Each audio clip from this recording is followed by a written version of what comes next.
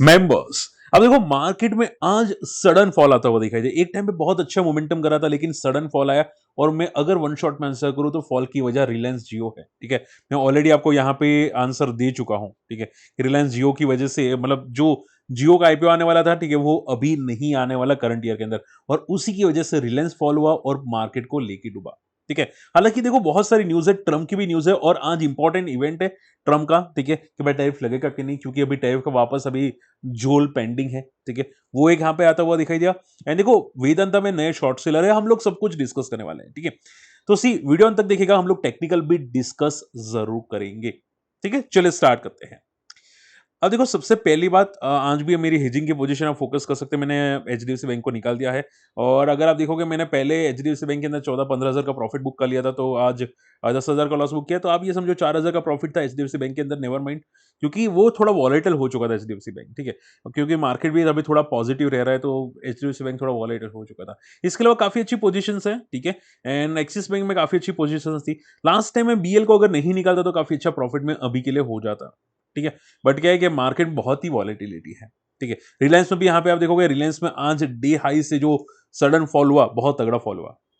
Okay, and मेरा position ageing का position था, एंड डे हाई पे जा रहा था, मुझे एडजस्ट करना पड़ सकता था, बट सडन जो न्यूज आई वो काफी स्ट्रांग न्यूज थी, तो एडजस्ट करे बिना यहाँ पे अच्छा प्रॉफिट हो गया। ठीक है, तो कल हम लोग वो निकाल लेंगे यहाँ पे एजिंग के पोजीशंस। ओके, चलिए, एंड देखो मैं कोर्स वापस स्टार्ट कर रहा हूँ। आप ये समझो कि अराउंड जो नेक्स्ट बैच स्टार्ट होगा वो 1920 से स्टार्ट होगा। ठीक है, वीकेंड्स भी हम लोग थियरी डिस्कस करेंगे और बाद में प्रैक्टिकल डिस्कस करेंगे। ठीक है, पहला थियरी में, क्योंकि देखो आपको हेजिंग भी आना चाहिए। ठीक है, एंड उसके अलावा निफ्टी में क्या करना है वो भी आना चाहिए। स्टॉक सिलेक्शंस कैसे करें वो भी आना चाहिए। पीटीएसटी, स्विंग ट्रेड्स, अगर मान लो आपको स्टॉक के ऑप्शंस में नेगेट भी काम करना है, तो कब शॉर्ट सेलिंग कर सकते हैं, कब लॉन्ग पोजीशन को फोकस कर सकते हैं, वो सब कुछ आपको आना चाहिए। ठीक है, वो मैं यहाँ पे आपको सिखाने की कोशिश करूंगा। और जो पुराने कोर्स मेंबर्स है वो भी यहाँ पे ज्वाइन हो सकते हैं, जो जिनका मिस हुआ है वो डेफिनेटली ज्वाइन हो सकते हैं, नहीं मिस हुआ तो भी ज्वाइन हो सकते हैं। ठीक है, चलिए, तो ये चीजें हैं। आज भी एफआई की एंट्री है, पॉजिटिव है एफआई डीआई, कोई फर्क नहीं पड़ता, कोई टेंशन की बात नहीं है। मार्केट वैसे भी पॉजिटिव था आज, सिर्फ फॉल हुआ वो भी यूएस रिलायंस की न्यूज की वजह से। हालांकि आप देखोगे यहाँ पे मार्केट थोड़ा सा कॉशियस है, क्योंकि इंडिया यूएस की ट्रेड डील अभी भी बाकी है। माना ये जा रहा है कि ट्रम्प का सपोर्ट मिल रहा है यहाँ पे, जो रशिया से ऑयल इंपोर्ट आ रहा था, उसकी वजह से उन जो ब्रिक्स के मेंबर्स होते हैं, ठीक है, उनमें यहाँ पे सैंक्शंस लगाए जा सकते हैं। तो 500 का परसेंट का टैरिफ यहाँ पे लगाया जा सकता है।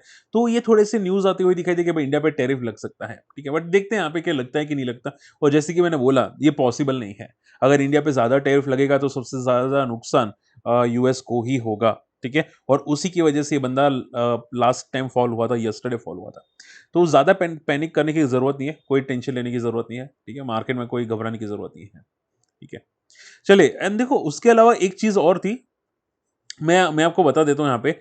मार्केट में जो फॉल का वजह ये था, सडनली जो न्यूज आई, देखो 2:20 के आसपास ही न्यूज आई। और अगर निफ्टी फॉल किया तो आप यहाँ पे फोकस कर सकते हैं। ठीक है, यहाँ पे सी, यहाँ पे जो सडनली जो फॉल आया ना यहाँ पे, ठीक है, ये फॉल बहुत शार्प है, 2:10 के आसपास फॉल आया। और न्यूज पब्लिश होने में 10-15 मिनट लग जाती है। ठीक है, तो आप ये समझो कि जैसी न्यूज आई, फॉल आता हुआ दिखाई दिया, और ये तगड़ा फॉल हुआ निफ्टी। ठीक है, तो ये जो फॉल हुआ वो जस्ट एंड जस्ट रिलायंस की वजह से हुआ।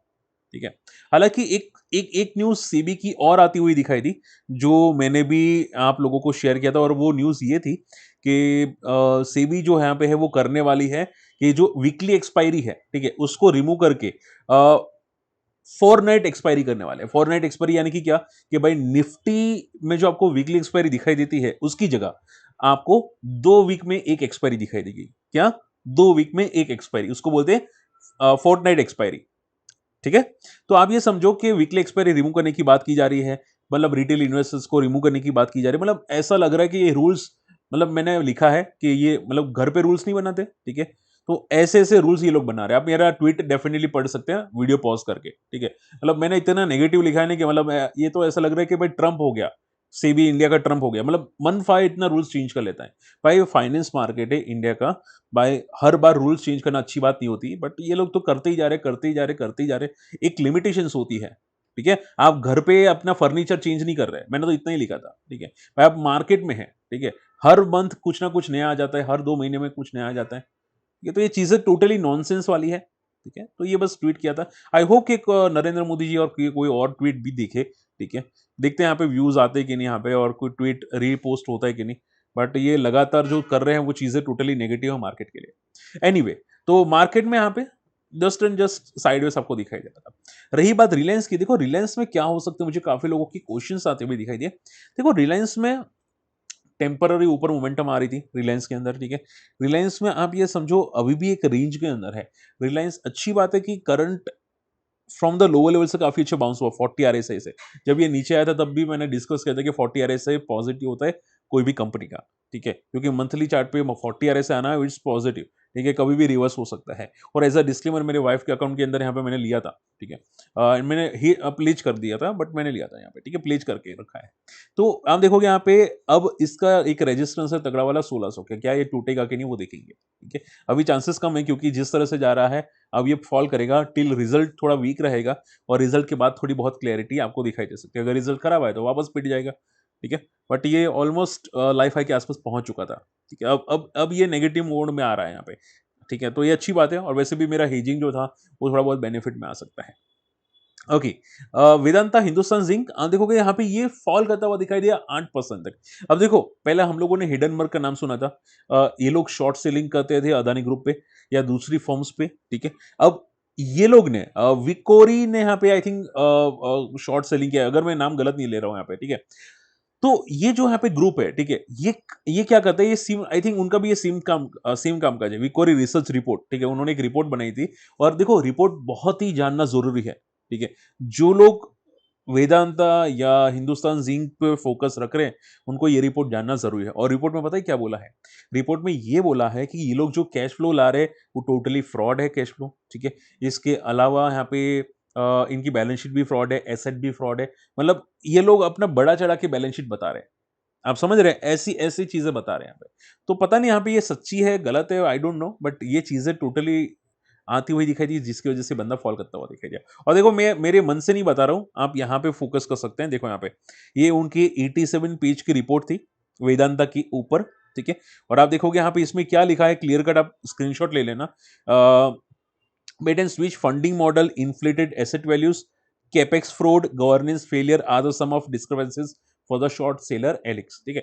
यानी कि यहाँ पे इनका एलिगेशन ये है कि भाई कैपेक्स फ्रॉड हुआ है, ठीक है। मतलब आप ये समझो कैपेक्स फ्रॉड यानी कि भाई पैसे जुटा लेते हैं बट कैपेक्स करते नहीं है, ठीक है। मतलब फंड राइजिंग कर लेते हैं बट वो फंड मान लो कि कंपनी को ग्रोथ करने के लिए रखना है पैसा या एक्सपांशन करने के लिए रखना है, वो नहीं करते, ठीक है। एसेट भी यहाँ पे मान लो कि भाई एसेट कम होती है उसको ज्यादा बड़ा चढ़ा के होता है बताते हैं।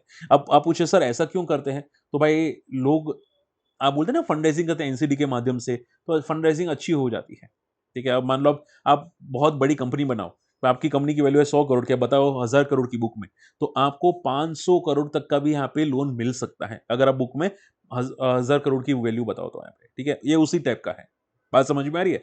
तो ये चीजें हैं, अब पता नहीं यहाँ पे कितनी सही है कितनी गलत है, क्योंकि ये एलिगेशंस है। और एलिगेशंस देखो इसने भी एलिगेशंस लगाने के बाद शॉर्ट सेलिंग भी की है, लाइक हिडनबर्ग शॉर्ट सेलिंग भी इन्होंने की है, ठीक है। तो इसकी वजह से फॉल करता हुआ दिखाई दिया, लेकिन ज्यादा फॉल नहीं हुआ, ये अच्छी बात है। क्योंकि लास्ट टाइम जो हिडनबर्ग आया था उसकी वजह से करीब 20-30% फॉल हो चुका था अदानी, लेकिन ये ज्यादा फॉल नहीं हुआ, तो ज्यादा पैनिक मत करना अभी के लिए, ठीक है। तो ज्यादा टेंशन मत लेना एंड सिचुएशन पैनिक मत करना भी, बस आप उतना ये समझो कि ये रिपोर्ट पहले तो चेक होगी, ठीक है। इसके अलावा अगर बात करें तो यहाँ पे 400 का अच्छा खासा सपोर्ट है वेदांता के अंदर, एंड अगर ये टूटता है तो एक नेगेटिव सिचुएशन होगी। और वैसे भी आप देखो, अब सिंपल कर देता हूँ, अगर आज के दिन के अंदर 15% टूटता मिनिमम, 10 to 15% मिनिमम टूटता, तो फिर आप एक वार्निंग सिग्नल आ सकते थे कि भाई हाँ कुछ ना कुछ गड़बड़ है, ठीक है। बट आई डोंट थिंक भाई इतना इतना पैनिक करने की जरूरत थी या जरूरत है, ठीक है।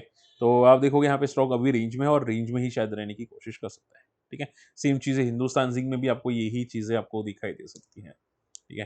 हिंदुस्तान जिंक भी यहाँ पे कोई ज्यादा फ्लक्चुएशन होता हुआ नहीं दिखाई दिया, तो आई डोंट थिंक कोई पैनिक सिचुएशन है, बट देखते हैं यहाँ पे, ठीक है। क्योंकि देखो इन लोगों का एलिगेशन होता है, अब एलिगेशन वेरीफाई होगा, जनरली अदानी पे भी ये हुआ था और कोई साबित होता नहीं है, ठीक है। कुछ होगा तो पता चल जाएगा, बाकी जनरली नहीं होता। ये बहुत बड़ी कंपनी है, बहुत बड़े नाम की कंपनी है और ऐसा जनरली इश्यूज नहीं होते, ठीक है। ये बहुत पुरानी कंपनी है और डिविडेंड भी काफी अच्छा देती है, ओके। चलिए आई होप ये क्लियर हो चुका है।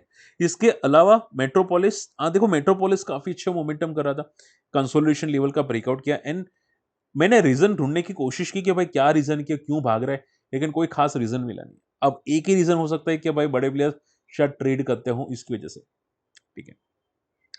और वैसे भी कुछ pharma stocks and health care companies थोड़ी मोमेंटम कर रही थी। हालाँकि टाटा 1mg आने के बाद ये काफ़ी फॉल हुआ था फ्रॉम द टॉप से, ठीक है।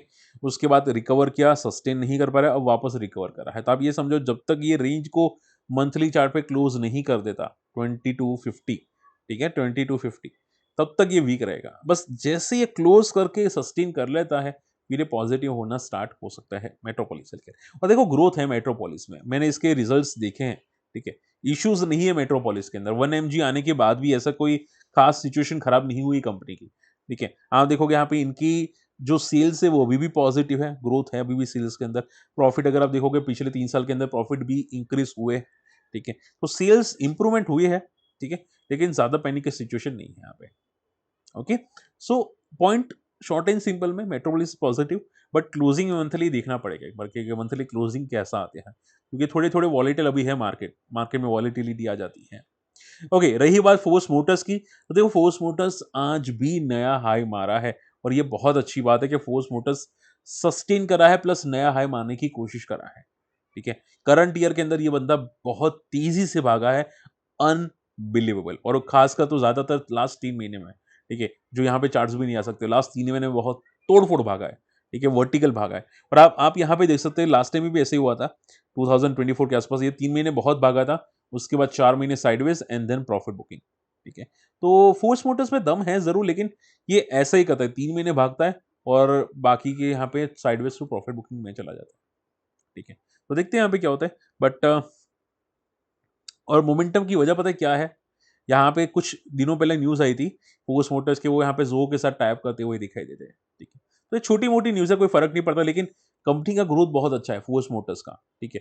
और बड़े प्लेयर्स को फोर्स मोटर्स बहुत पसंद आया।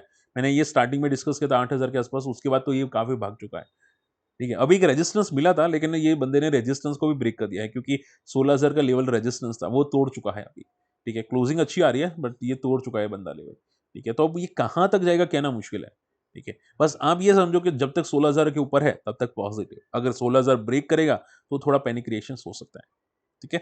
बस उतना ध्यान में रखिएगा। चलो, आई होप आज का वीडियो पसंद आया, वीडियो समझ में आया है। थोड़ा बहुत मैंने चार्ट्स डिस्कस करने की कोशिश की आप लोगों के साथ, एंड आई होप ये समझ में होगा। रही बात, आप पूछे कि सर कोई कोई आपको लगता है कि कोई मोमेंटम है कहीं नहीं कोई किसी के अंदर, तो भाई मुझे तो अभी मोमेंटम नहीं मिल रही है, ठीक है। मैं भी काफ़ी ढूँढने की कोशिश कर रहा हूँ। नए स्क्रीनर को मॉडिफ़ाई कर रहा हूँ यहाँ पे कि कोई अच्छा कन्फर्मेशन वाला मिल जाए, जो मुझे ब्रेकआउट दिखाई दे, बट अभी तक नहीं मिल रहा। तो अगर होगा तो मैं आपको अपडेट करने की कोशिश करूँगा, ठीक है। मिलते हैं अगले वीडियो में, तब तक के लिए गुड बाय, जय हिंद।